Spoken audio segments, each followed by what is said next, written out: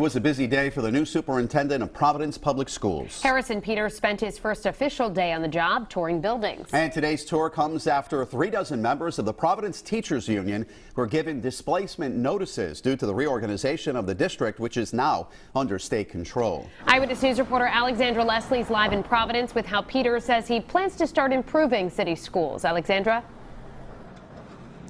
Good evening. Well, Superintendent Harrison Peters says that he plans to visit every school in the district, and he says there's no time to waste. The kids that I've seen today are waiting on us, so it's time for the adults to act. So what I do is pull up groups from... New Providence Superintendent Harrison Peters went into his first day knowing the district is in need of a change. Last year, an outside review of Providence Public Schools painted a grim picture. It was unsettling, to say the least, to know that children are in learning conditions that the Johns Hopkins report described, but it also created a sense of urgency like no other. The report's authors describe the schools as having, quote, deep systemic dysfunctions. Every time I walk into a school, my heart breaks. It breaks. Because he's right, the kids are waiting for us. Infante Green took state control of the district last November. She says the upcoming changes are to support teachers in a way that sets them up for success. We can only be successful if we work together. But we got to own it, and we got to move on, and we got to say, what are we going to do differently? One thing Infante Green says will change is the central office. Yesterday, a second round of displacement letters were sent out to dozens of teachers union members. This was an opportunity to increase flexibility in our long term. It is about flexibility to do the hard work, to make the changes that we all know need to happen. And Infante Green said the most important thing moving forward will be about the teachers' contracts. Coming up new at 6, we'll hear from the teachers union president about having those conversations and her concerns about those displacement letters that were handed out this week. Live in Providence, Alexandra Leslie, Eyewitness News.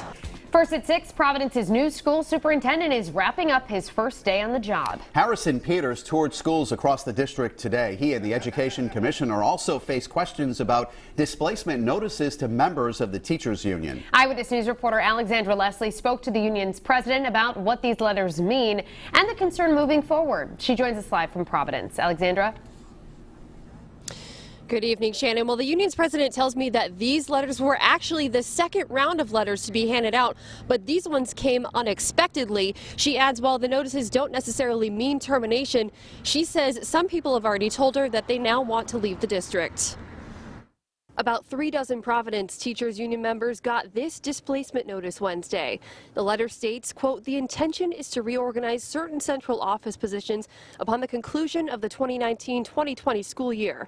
Education Commissioner Angelica Infante Green says if a union member got one, it doesn't mean they're fired. If you are doing your job, you will have a job because we have 90 vacancies. Providence Teachers Union President Mary Beth Calabro tells me a first round of these letters went to 119 staff members at the elementary level. It basically supports in the schools that group of people that had gotten the letters. So for those in the central office who can't stay in their current position, they'll have to interview for another job in the district.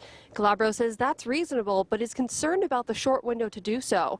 She says staff only have up and until the last day of school to apply and get jobs, which go live tomorrow. So that doesn't give those teachers a lot of time to create a profile on the hiring platform and do a resume and create cover letters and things like that. Now, as for the teachers' contracts, both Infante Green and Calabro tell me they want to get those conversations started as soon as possible. Calabro tells me everything is on the table and that they're hoping to ratify before the end of the school year. Live in Providence, Alexandra Leslie, Eyewitness News.